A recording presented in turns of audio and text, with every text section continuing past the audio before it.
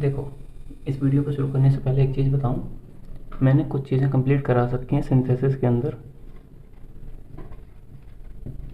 देखना क्या क्या। सबसे पहले तो इन्फिनेटिव हो चुका है,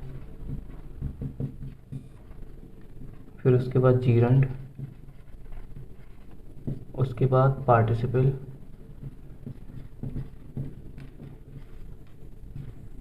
ये साथ में है, दूर दूर बन के चले छोड़ो। और फिर उसके बाद अब कराने जा रहा हूँ नॉमिनेटिव एब्सोल्यूट। ठीक, ये ख़त्म होने के बाद अपन लोग नेक्स्ट चीज़ पढ़ेंगे। क्या है वो नेक्स्ट चीज़? एप्लीकेशन,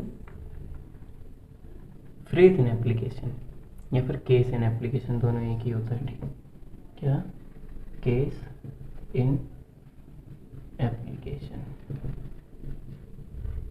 अगर ये तीनों चीज़ें आपको पढ़नी है तो पुरानी वीडियो ज़रूर चेकआउट करें। इन्फिनिट, जीरंड और पार्टिसिपल की लगभग 4 वीडियो बनी हुई हैं, 12-12, 15-15 मिनट की होंगी। आराम से चेकआउट करो, जाके देखो, मस्त सीखो। आज नॉमिनेटिव एब्सोल्यूट पढ़ते हैं। देखो, नॉमिनेटिव एब्सोल्यूट क्या होता है? नॉमिनेटिव थोड़ा थोड़ा ये समझ लो कि सब्जेक्ट है, ठीक। और एब्सोल्यूट का मतलब होता है अलग रहना, मतलब फ्री फॉर्म में रहना, स्वतंत्र रहना। ठीक, स्वतंत्र। एब्सोल्यूट का मतलब लगभग यही होता है। और नॉमिनेटिव को एक सब्जेक्ट की तरह मान लो। तो देखो, जिस सेंटेंस के अंदर, ये सेंटेंस अपना, ठीक, चौको डब्बा सेंटेंस है, ठीक। जिस सेंटेंस के अंदर अपना क्या कहते हैं, नॉमिनेटिव यानी कि सब्जेक्ट, कर्ता स्वतंत्र रहे, कर्ता जो है वो एब्सोल्यूट फॉर्म में रहे, स्वतंत्र रहे एकदम, वहाँ नॉमिनेटिव एब्सोल्यूट होता है। ठीक, समझे बात को? जिस सेंटेंस के अंदर सब्जेक्ट जो है वो फ्री फॉर्म में रहे बिल्कुल भी, वो अपना नॉमिनेटिव एब्सोल्यूट होता है। ठीक है, हटाओ इसको। एक चीज़ और, अगर किसी ने पार्टिसिपल देखा है तो इसमें नॉमिनेटिव एब्सोल्यूट में थोड़ा सा फर्क होता है, ज़्यादा अंतर नहीं होता, थोड़ा सा फर्क होता है। ठीक है, पार्टिसिपल में जो होता था, अगर 2 काम हो रहे हैं तो एक ही इंसान कर रहा है।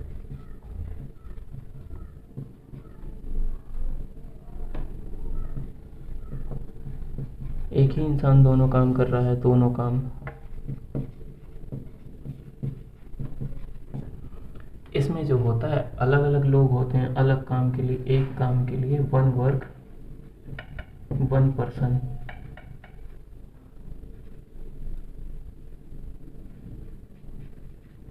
One work, one person. Second work, second person. 2-2 person होते हैं। ठीक है, फर्स्ट वर्क के लिए फर्स्ट पर्सन, सेकेंड वर्क के लिए सेकेंड पर्सन। ठीक, इसमें जो है दोनों काम एक ही इंसान कर देता था, पर इसमें एक काम एक इंसान करेगा, दूसरा काम दूसरा इंसान करेगा, 2 इंसान होंगे। ठीक, अब रूल पढ़ते हैं, काफ़ी सारा समझा डाला है। अब से मैं ये और तैयारी कर रहा हूँ कि एयरफोर्स का जो पूरा सिलेबस है वो इसी चैनल पे कंप्लीट किया जाए एक्स ग्रुप के लिए। ठीक, मैथ, फिजिक्स, इंग्लिश तो अपन पढ़ ही रहे हैं, मैथ फिजिक्स के क्वेश्चंस आने चालू हो जाएंगे। ठीक है, ठीक, मतलब जो साइंस ग्रुप होता है, तो साइंस और अदर देन साइंस हो गया। चलो नॉमिनेटिव एब्सोल्यूट पे थे, रूल पढ़ते हैं। देखो, अगर दोनों सेंटेंसेस के अंदर सब्जेक्ट अलग अलग हों और पहले सेंटेंस में is are am was were, तो लिखना पड़ेगा, ऐसे समझ में नहीं आया। देखो, 2 सेंटेंसेस, ठीक, इसमें सब्जेक्ट नंबर 1, इसमें सब्जेक्ट नंबर 2, अलग अलग सब्जेक्ट हैं। ठीक, ठीक है, अलग अलग सब्जेक्ट हैं। ठीक, और इस वाले सेंटेंस में हेल्पिंग वर्ब यूज़ है is, are, am, was were. तो फिर हेल्पिंग वर्ब जो होता है, सॉरी मैं उल्टा बोल गया, ध्यान से सुनना, इस आर एम वाज वर जो है वो हेल्पिंग वर्ब के टाइप में यूज़ हो जाए इस वाले सेंटेंस में। हेल्पिंग वर्ब, बार बार हेल्पिंग वर्ब की और लिख देता हूँ, ठीक है। यूज्ड एज मेन वर्ब लिखना था, मैं बार बार हेल्पिंग वर्ब बोल रहा हूँ यहाँ पे, मेन वर्ब की तरह यूज़ हो जाए, ठीक। हेल्पिंग वर्ब नहीं, is are am was verb main verb की तरह यूज़ हो जाए। तो दोनों वाक्यों को जोड़ते टाइम पहले सेंटेंस में इज आर एम इसको रिमूव करना है, ठीक। अगर जब जोड़ेंगे तो इसको रिमूव करना है, ठीक। Is are am was verb इन सबको कुछ भी दिया हो हटा देना और बीइंग लगाएंगे, बीइंग, ठीक। हटा के वहाँ पर बीइंग लगा देंगे और दूसरे सेंटेंस को जोड़ देते हैं कॉमा लगा के, कॉमा लगा के दूसरे सेंटेंस को जोड़ देंगे।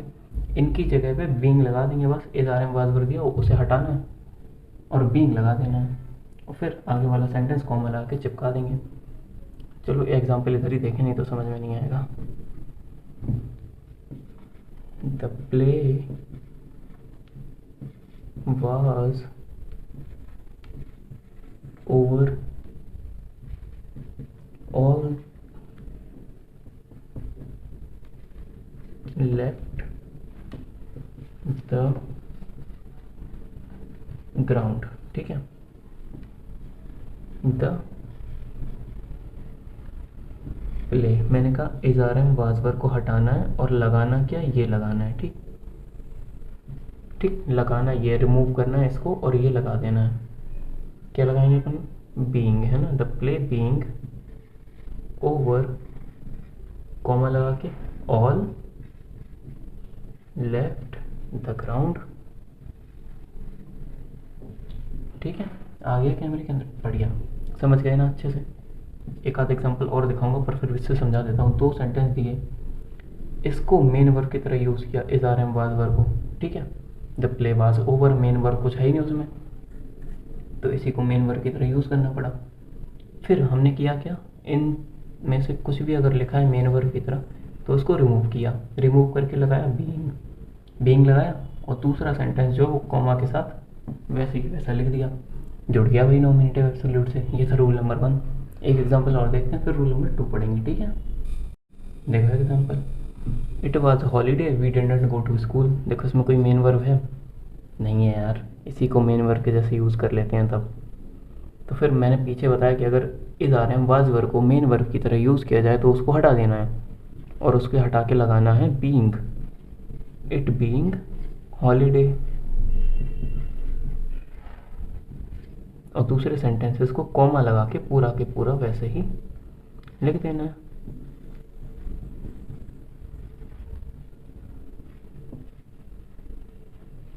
ठीक, अब रूल नंबर 2 पढ़ते हैं, इसको इरेज करके। देखो रूल नंबर 2 देखो,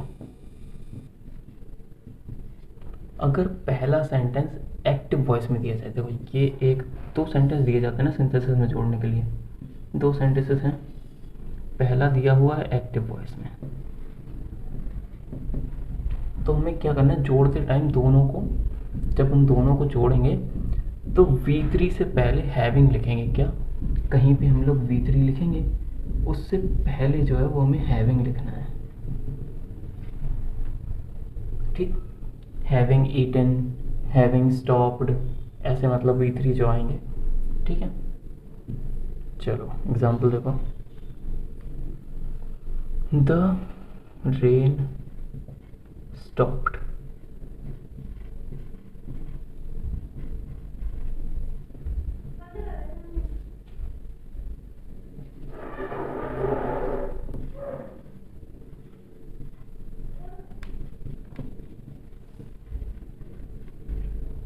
the rain stopped, everyone went to work. ये जो पैसिव वॉइस है, सॉरी एक्टिव वॉइस है, ठीक है। The rain stopped, the sun rose, the police arrive, ये सब एक्टिव वॉइस हैं, ठीक। चलो कहीं पे V3 लिखेंगे हम लोग, यहीं लिखेंगे, कहीं और क्या V और कहीं, वैसे यहाँ पे तो V है पर इसके हिसाब से चलेंगे, ठीक। ठीक है, इसको तो कॉमा लगा के वैसे ही चिपका देंगे, कोई दिक्कत ही नहीं है। दिक्कत तो यहाँ पे है कि इस वी को V3 में करेंगे कन्वर्ट, वैसे स्टॉप का स्टॉप ही होना है, पर फिर भी V3 आएगी यहाँ पे, और उससे पहले हम लोग लिखेंगे हैविंग। ठीक है, द ट्रेन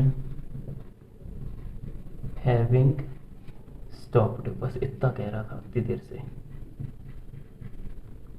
कॉमा लगा के पूरा वैसे ही लिख दो, कॉमा लगाएंगे तो छोटा हो जाएगा ना।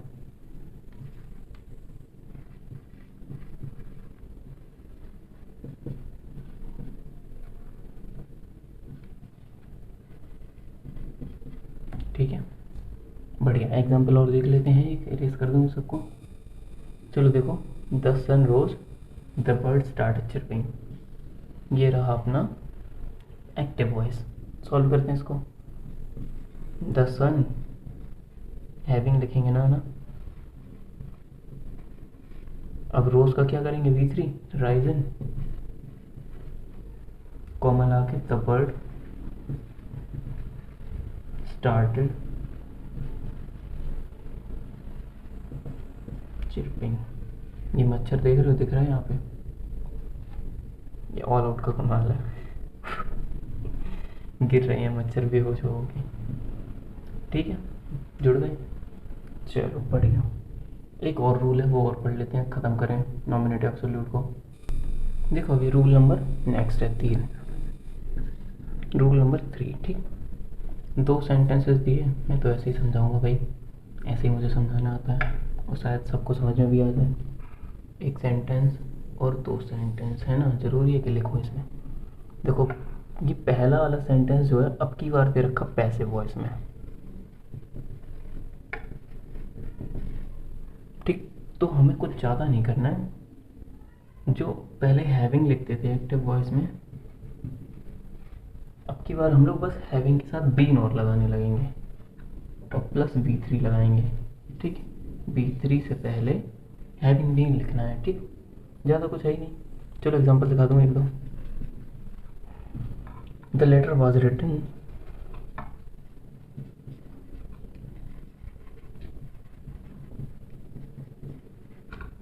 Full stop, we posted it.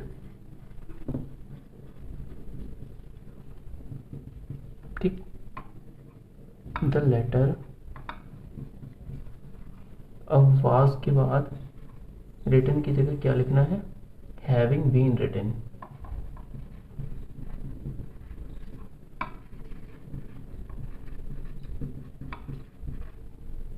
Comma लगा के पूरा का पूरा वैसे लिख दो, we posted it.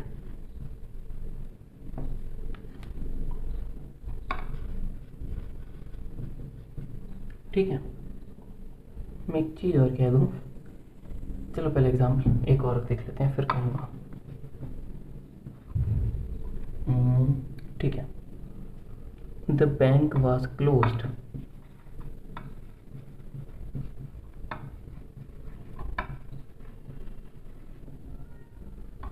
We could not withdraw.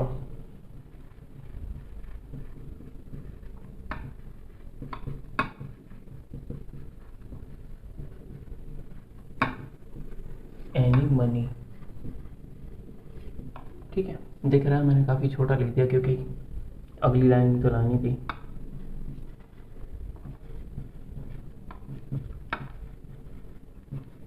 अब क्लोज्ड की जगह हैविंग बीन क्लोज्ड लिखेंगे, है ना।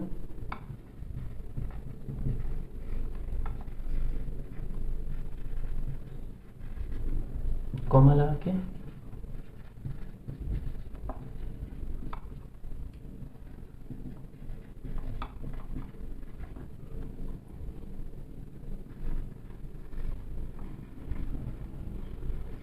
आ गया, बिल्कुल ठीक है। द बैंक के बाद क्लोज की जगह पे लिखा हैविंग बीन क्लोज्ड, कॉमा लगा के we could not withdraw any money. ठीक है, मैं एक बात बताऊँ, मैं जब शुरू में बता रहा था कि क्या क्या पढ़ चुका है, क्या क्या रह चुका है, तब मैंने नॉमिनेटिव एब्सोल्यूट के बाद बोल दिया कि केस एंड एप्लीकेशन, जबकि वो केस एंड अपोजिशन होता है, फ्रेज एंड अपोजिशन दोनों एक ही चीज़ होती है।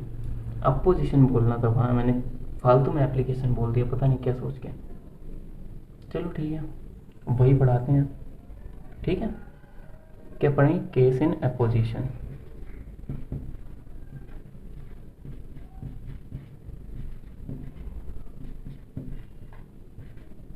ठीक, फ्रेज इन एपोजिशन बहुत ही सिंपल है, इसमें कुछ भी मुश्किल नहीं होता। देखना, एपोजिशन का मतलब होता है साइड बाई साइड। ठीक है, साइड बाई साइड। ठीक, देखना ध्यान से, दो सेंटेंसेस। ठीक, ध्यान से सुनना, दो सेंटेंसेस हैं। ठीक, अगर देखो इसमें कोई नाउन है, हम्म, और इसमें इस नाउन का इंट्रोडक्शन है।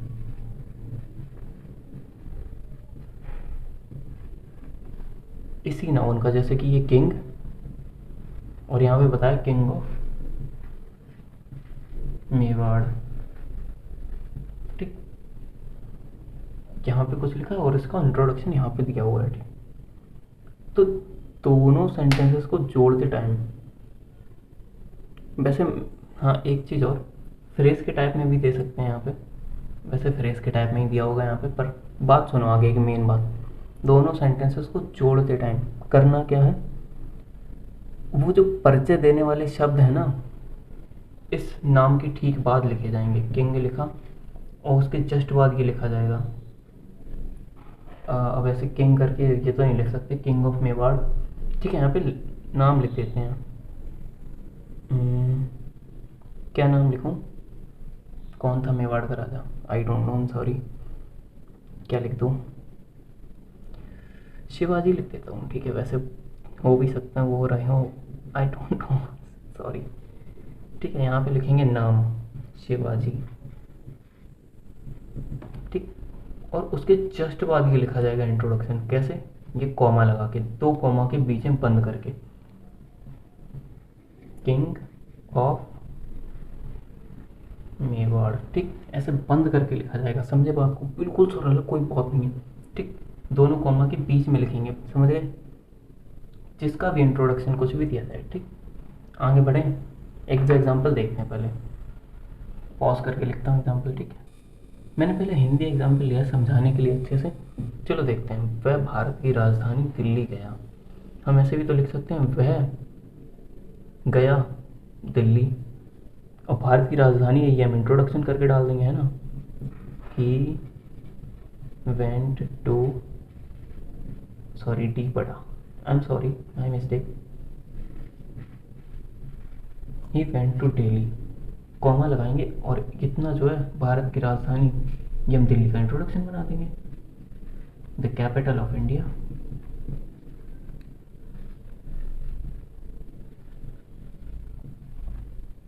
फुल स्टॉप लगा देंगे, हो गया। He went to Delhi the capital of India. समझ में आया लिखे किस तरह से जाते हैं, बस वो सिखा रहा था। एक और ऐसे ही हिंदी का एग्जाम्पल लिखता हूँ इरेज करके। राम अयोध्या के राजा दशरथ के पुत्र थे। अरे भाई लाइट, रुक जाओ, भी लाइट ऑन कर। लाइट्स तो ऑन हुई नहीं, तो इन टॉर्चेस से ही काम चलाना पड़ेगा। मैं टॉर्चेस हाथ में पकड़ के बैठा हुआ हूँ सच में। देखो मैं मूव भी कर सकता हूँ आपके लिए। चलो देखते हैं।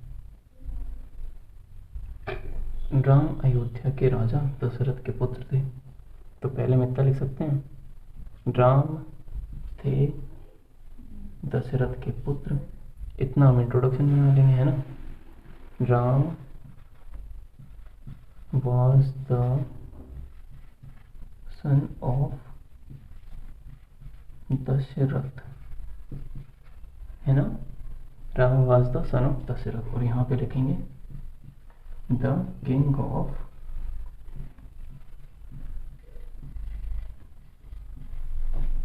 अयोध्या, और यहाँ पे कॉमा बंद कर देंगे, फुल स्टॉप लगा देंगे, है ना। मैं बस इतना कह रहा, कॉमा के अंदर बंद करके लिखते हैं इंट्रोडक्शन। ठीक है, अब आगे की पढ़ाई लाइट आने के बाद ही करूँगा, अभी बंद कर दे रहा हूँ वीडियो। ठीक है, चलो काफ़ी देर हो चुकी, लाइट वाइट भी आ गई अब एकदम से। चलो सेंटेंसेस जोड़ना सीखते हैं, केस इन एपोजिशन में, या फिर फ्रेज इन अपोजिशन, दोनों एक ही चीज़ होती है ना। चलो अब जोड़ना सीखते हैं। पहले एग्जांपल दिखा दिया था ना, मैंने क्या बताया, जो क्वालिटी या फिर यहाँ पे कोई क्या लिखते थे, क्या बोलते थे उसको, फ्रेज, हाँ फ्रेज के जैसा दे दिया जाता है, डबल कॉमा के अंदर लिख देते हैं, उसकी पोस्ट लिख देते हैं, उसकी कोई ख़ास बात लिख देते हैं कॉमा कॉमा के अंदर। चलो लिखते हैं मिस्टर सक्सेना, ठीक है, और उनकी पोस्ट क्या है, आवर प्रिंसिपल। इससे बड़ी पोस्ट क्या होगी, इज़ वेरी लर्न कर देंगे।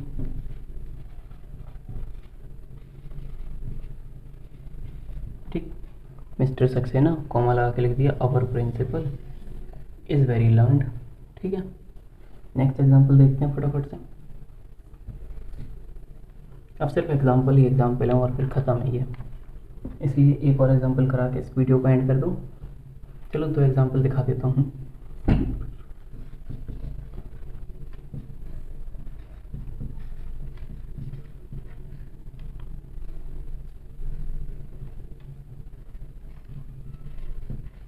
Milton died in 1664. He was the author of Paradise. He was the author of Paradise. ये एग्जाम्पल में स्पेलिंग की मिस्टेक हो सकती है ये वाली, क्योंकि मैं एक नोटबुक से देख रहा हूँ ये एग्जाम्पल, और हो सकता है वो स्पेलिंग गलत लिख रखी हो, कोई बड़ी बात नहीं है। मिल्टन, अब मिल्टन की वो लिख देंगे एबिलिटी या फिर कोई अच्छी सी पोस्ट। कौन सा Milton, the author of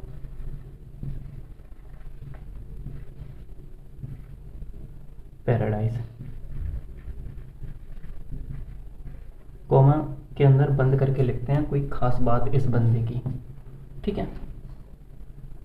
Milton the author of paradise died in 1664, ठीक है, ठीक है।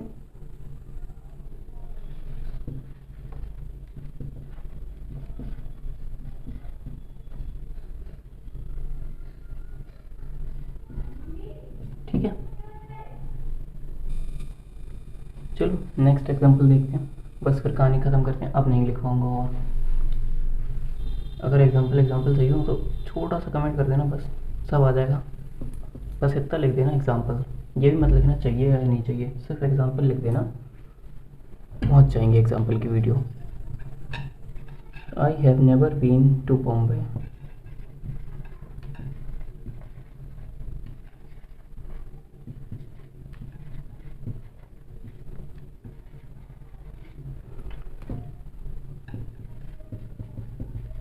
It is the best seaport of India.